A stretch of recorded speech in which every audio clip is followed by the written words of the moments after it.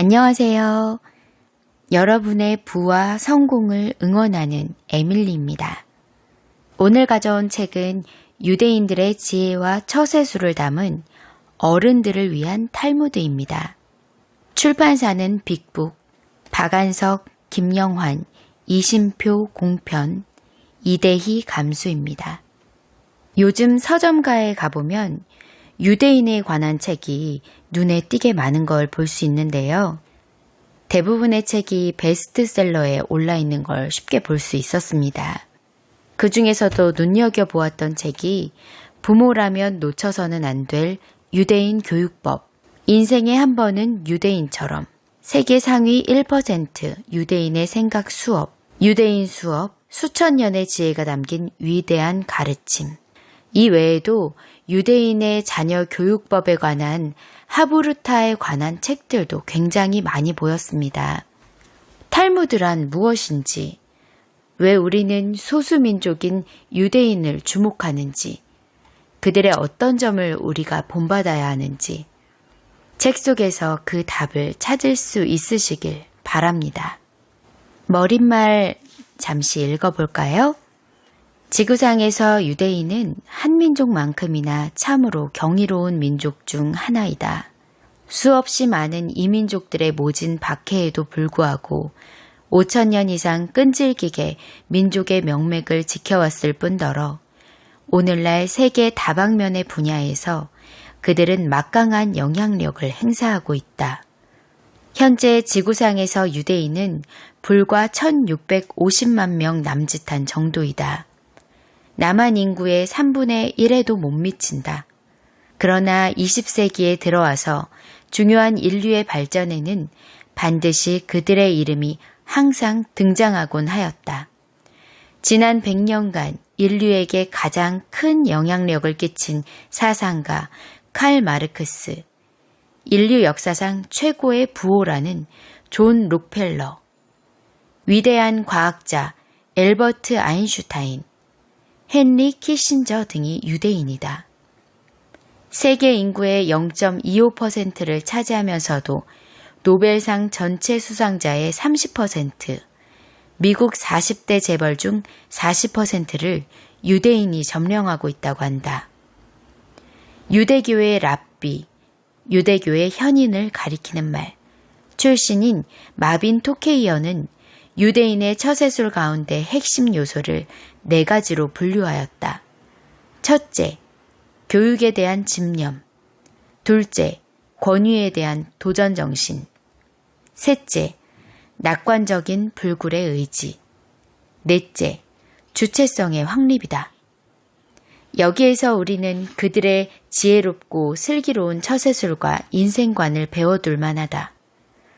교육적인 측면을 살펴보더라도 우리의 경우에는 열렬하면서도 높은 교육열을 갖추고 있지만 배움에 대한 인식과 태도는 사회적으로 인정되는 어떤 형식만 갖추고 추구하려는 경향이 다분하다. 그저 맹목적으로 책을 독파하고 이해할 뿐이지 스스로 규명하려는 주체적인 창의성이 부족하다. 이렇게 단단한 틀 속에 틀어박혀서는 국민소득이 아무리 올라가더라도 세계를 리드하는 일은 어쩌면 불가능하다. 한민족은 유대인과 비슷하게 부지런하고 열정이 있는 민족이지만 그들은 우리와 판이하게 다른 타입의 민족이라서 오히려 배울 점이 많다. 그들은 주체성이 매우 강할 뿐더러 창의적인 측면에서 두각을 드러내고 있다. 이 책에서는 부담 없이 아무 쪽에서나 펼쳐보아도 깨달음을 얻을 수 있도록 구성하였다. 아무쪼록 자기 자신을 거듭나게 하는 계기로 삼아 우리와 사뭇 다른 인생관이나 처세술을 배우는 기회로 삼길 바란다. 유대인에게 하루는 저녁부터 시작된다. 보통 하루라고 하면 누구나 아침부터 밤까지라고 생각하는 법이다. 그러나 유대인들의 발상은 다르다. 뜻밖의 이러한 점에서도 유대인이 끈질기게 살아남는 비밀을 찾아볼 수 있을지 모른다. 유대인의 하루는 일몰에서부터 시작된다. 가령 안식일인 사바스는 금요일 일몰에서부터 시작하여 토요일 일몰에 끝난다. 하루의 시간에 대한 이러한 계산법은 유대인에게만 있는 것이다. 탈무드에서는 랍비들이 어째서 하루가 저녁부터 시작되는가 하는 문제로 논쟁을 벌였다. 그들의 결론은 처음에 밝았다가 나중에 어둡게 끝나는 것보다 처음에 어두웠다가 나중에 밝게 끝나는 것이 낫다는 것이다. 그것은 인생에서도 마찬가지다. 이것은 유대인이 낙관적이라는 것을 나타내는 징표이다. 유대인은 억척스러울 만큼 낙관적인 사람들이다. 시간이 지나면 모든 일은 반드시 좋아진다고 생각한다. 물론 노력도 기울인다. 그러나 어떠한 역경에 처해서도 모든 일을 내던지고 절망하는 일은 없다. 언제나 희망을 버리지 않는다. 계속해서 헤엄을 치던 개구리의 이야기를 생각해 보기 바란다. 희망은 미래를 자기 것으로 만드는 실마리이다. 인간이 품고 있는 힘 중에서 가장 강한 것이 희망의 힘일 것이다. 희망이 있는 한 인간은 미래의 꼬리를 잡고 있는 셈이다. 희망은 미래라는 냄비에 붙어 있는 손잡이다. 거기에서 손을 떼면 안 된다. 죽음이 왜 그토록 무서운 것인가 하면 희망을 끊어버리기 때문이 아닌가? 물론 유대인에게도 머리를 썩혀야 할 일이 많다. 탈무드에는 사람은 죽으면 벌레에 먹히고 살아있는 동안에는 고민에 시달린다고 말했다. 또 여러 개의 고민을 갖는 것이 하나의 고민에 시달리는 것보다 낫다고도 말한다. 꼭 한 가지 고민이란 정말 아주 심각한 고민일 테니까. 많은 고민을 가지고 있으면 오히려 하늘에 감사할 만하다고나 할까? 인간은 단 하나의 고민 때문에 자살하는 일은 있지만 많은 고민 때문에 죽는 사람은 없으니 말이다. 또 탈무드에는 내일의 일로 머리를 썩혀도 별 수가 없으리라. 오늘 일어날 일도 모르니 라는 말도 있다. 냉정하게 자기를 바라보면 자기가 오늘과 과거라는 요소로만 이루어진 것이 아니라 내일이라는 요소도 많이 갖고 있는 것을 알 수 있다. 내일이라는 틀림없이 좋아질 희망의 부분도 가지고 있는 것이다. 인간은 미래를 위해서도 살 수 있는 동물이다. 인생에는 세 개의 문이 있다고 생각한다. 하나는 과거의 문이다. 둘째는 현재의 문이다. 셋째 것은 미래의 문이다. 이 세 개의 문은 어느 것이나 닫아버리면 안 된다. 그리고 어느 문 안에나 보물로 채워져 있는 생활을 만들어가는 것이 인생의 목적이다. 어째서 업적이 있는 노인은 존경을 받는가? 과거의 문 속에 보물이 있기 때문이다. 왜 한창 일하는 장년의 남녀는 아름답게 보이는가? 현재의 문 속에 보물이 있기 때문이다. 왜 자녀들은 사랑스러운가? 미래를 상징하고 있기 때문이다. 유대인에게는 또 지기 싫어하는 기질이 있다. 불굴의 도전 정신을 가지고 있다. 잠깐 다음의 조크를 읽어보라. 야곱이 친구 이삭으로부터 돈을 빌렸는데 내일이 갚을 기한인데도 갚을 돈이 없다. 뭐라고 핑계를 대야 할까? 하고 고민을 하느라고 야곱은 잠을 이룰 수가 없었다. 그는 침대에서 일어나 방 안을 왔다 갔다 했다. 그러다가 또 의자에 털썩 주저앉아 생각에 잠기는 것이다. 그러자 아내 레베카가 이렇게 말한다. 당신은 참 바보군요. 당신이 내일 돈을 돌려주지 못한다면 잠을 못 잘 사람은 저쪽이 아니겠어요? 그래서 야곱이 어떻게 했다고 생각하는가? 마음 놓고 푹 깊은 잠을 잘 수 있었던 것이다. 해가 비치는 날이 있으면 구름이 끼는 날도 있다. 과거는 이제 어떻게 할 수가 없다. 신은 그 대신 힘만 잃지 않으면 인간이 자유롭게 창조할 수 있는 미래를 충분히 주었다. 낙담해서는 안 된다. 좌절하는 자가 지는 것이다. 어리석음은 생각처럼 쉽게 고쳐지지 않는다. 여기 인간의 어리석음을 전하는 이야기가 있다. 옛날 첼룸이라는 도시가 있었다. 어디서나 볼 수 있는 조그만 도시였다. 따라서 역사에 이름이 남을 만한 도시도 아니었다. 다만 이 도시는 큰 문제를 하나 안고 있었다. 이 첼룸으로 가는 길은 험한 낭떠러지를 낀 벼랑길이었다. 좁고 꼬불꼬불한 위험한 길이었다. 이 도시 사람들은 이 벼랑길을 가다가 아래로 떨어져서 다치는 일이 많았다. 이것이 이 도시 사람들의 큰 걱정거리였다. 어부가 벼랑에서 떨어져 생선을 가져오지 못할 때는 이 도시에 심각한 문제를 주게 된다. 또 우편배달부가 벼랑에서 발을 헛디뎌 편지를 잃어버리게 되면 이 도시에는 야단이 나는 것이었다. 마침내 우유배달부가 갓난아기에게 먹일 우유를 벼랑에 쏟아버리는 사건이 일어났다. 그래서 도시의 장로들이 모여서 대책을 세우기로 하였다.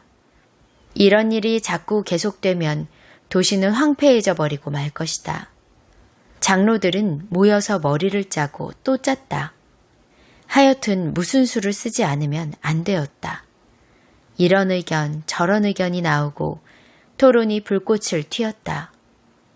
6날 6밤에 걸쳐 의견들을 내놓고 서로 옥신각신하다가 마침내 안식일이 되었을 때 가까스로 장로들은 결론에 이르렀다. 어떤 결론이 나왔다고 생각하는가? 장로들은 낭떠러지 아래에다 병원을 만들기로 한 것이다. 이 이야기는 아무리 오래 의논해봐야 쓸데없는 의논은 유익한 결론을 낼 수 없다는 것을 가르쳐준다. 병원을 만들어봐야 어부, 우편배달부, 우유배달부는 똑같은 실패를 저지르게 될 것이 너무도 뻔하다. 유대의 격언 중에는 어리석은 자나 어리석음을 테마로 삼은 것이 많다. 그러나 이 격언들은 정곡을 찌르거나 비웃는 그런 것이 아니라 은근하고 가슴을 따뜻하게 하는 것이 특색이다. 어리석은 자는 1시간에 현인이 1년 걸려도 대답할 수 없을 만큼 많이 질문한다.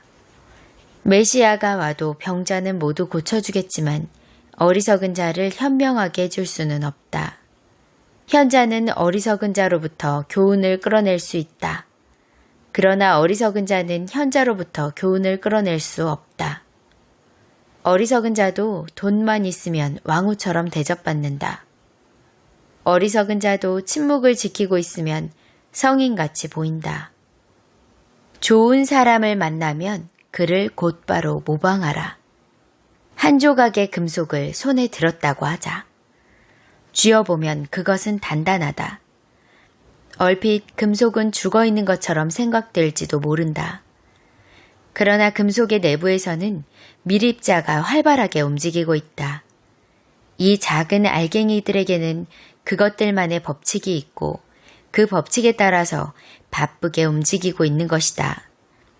가령 금덩어리에 대고 강하게 밀어보자. 잠시 시간이 지나 떼어본다.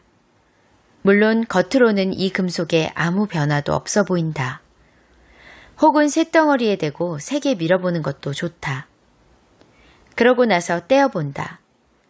금속의 덩어리는 전과 아무것도 달라진 것이 없다. 그러나 과학자가 자세히 보면 그렇지 않다. 서로 다른 금속끼리 닿았다면 미묘한 변화가 일어나고 있는 것이다. 약간의 금 혹은 철의 미립자가 다른 편 미립자의 구조 속으로 들어가 영향을 미치고 있는 것이다. 그러므로 인간과 인간이 만났을 때도 마찬가지 일이 일어날 수 있다고 생각한다. 당신의 일부가 상대방 속으로 들어가고 상대방의 일부가 당신 속으로 들어오는 것이다. 헤어지면 서로 아무 영향도 받지 않았다고 생각할지 모른다. 그리고 얼마가 지나면 상대방의 얼굴도 상대방의 이름도 잊어버리게 되는 경우도 있다. 그러나 그 금속 덩어리 두 개가 서로 강하게 접촉했을 때와 같이 두 사람 사이에는 미미하나마 어떤 변화가 일어나고 있다. 서로 이름이나 얼굴은 잊었지만 당신 속의 어딘가에 그의 일부가 남아있는 것이다. 이러한 것을 생각해보면 정말 무섭다. 당신이 미워하는 사람, 무서워하는 사람, 혹은 싫어하는 사람들도 당신 속으로 들어오는 것이다. 그러므로 만나는 사람에게 어느 정도의 시간을 주느냐, 어디까지 휩쓸려 갈 것이냐 하는 점을 신중하게 생각해야 한다. 금속과 금속이 서로 영향을 주듯 사람 사이에서도 마찬가지 일이 일어난다. 사람은 서로 영향을 주고받는다. 사람은 혼자서 성장할 수도 없고 혼자서 타락할 수도 없다. 자기와 맞는 사람을 찾는 것은 인생에 있어서 중요한 일이다. 좋은 사람을 만나면 그를 모방해야 한다. 모방하는 것을 부끄러워해서는 안 된다. 사람은 누구든 좋은 것을 모방하면서 성장해 간다. 뛰어난 예술가나 작가는 모두 처음에 모방함으로써 자기 실력을 기르고 향상할 수 있다. 그리고 인간은 아무리 모방을 해도 그 사람이 될 수 없으므로 그 위에 서서 뻗어나가면 되는 것이다. 모방하려면 아주 뛰어난 사람들을 모방하는 것이 좋다. 어차피 인류가 진보하는 것은 선배의 업적을 이어받을 수 있었기 때문이다. 학습은 어쩌면 모방하는 일이다. 하긴 인간은 모방하려는 의지가 있든 없든 상관없이 금속 덩어리처럼 서로 영향을 주게 마련이다. 그러므로 자기가 교제하는 사람들에 대해서는 특히 젊었을 때는 조심하지 않으면 안 된다. 그리고 자기에게 결점이 있다면 자기의 반생을 되돌아보면 바람직하지 못한 친구로부터 감염된 것이 많다는 것을 알 수 있을 것이다. 개와 놀면 벼룩이 없는다. 완전한 친구를 구하는 자는 한 사람의 친구도 갖지 못한다 라는 격언이 있다. 우리는 친구에게도 자기의 불완전을 용납하도록 해야 한다. 당신이 가장 기댈 수 있는 친구는 거울 속에 있다. 이것은 자기를 말한다. 좋은 것, 그것은 옛 친구와 오래된 술이다. 우정에 대한 유대인의 격언을 소개하려고 한다. 옛 친구 한 사람을 새 친구 10사람보다 아껴라. 자기가 없어도 친구가 살아갈 수 있다고 생각하는 자는 친구를 가지고 있다. 그러나 자기가 없으면 친구가 살아갈 수 없다고 생각하는 자는 친구를 가지고 있지 않다. 친구가 없는 자는 한 팔밖에 없는 인간과 같다. 친구를 수렁에서 건질 때에는 자기에게 흙이 묻는 것을 두려워하지 말라. 철새 같은 친구를 사귀면 안 된다. 계절이 추워지면 날아가 버린다. 개하고 놀면 벼룩이 없는다. 우리말에도 근묵자흑이란 사자성어가 있다.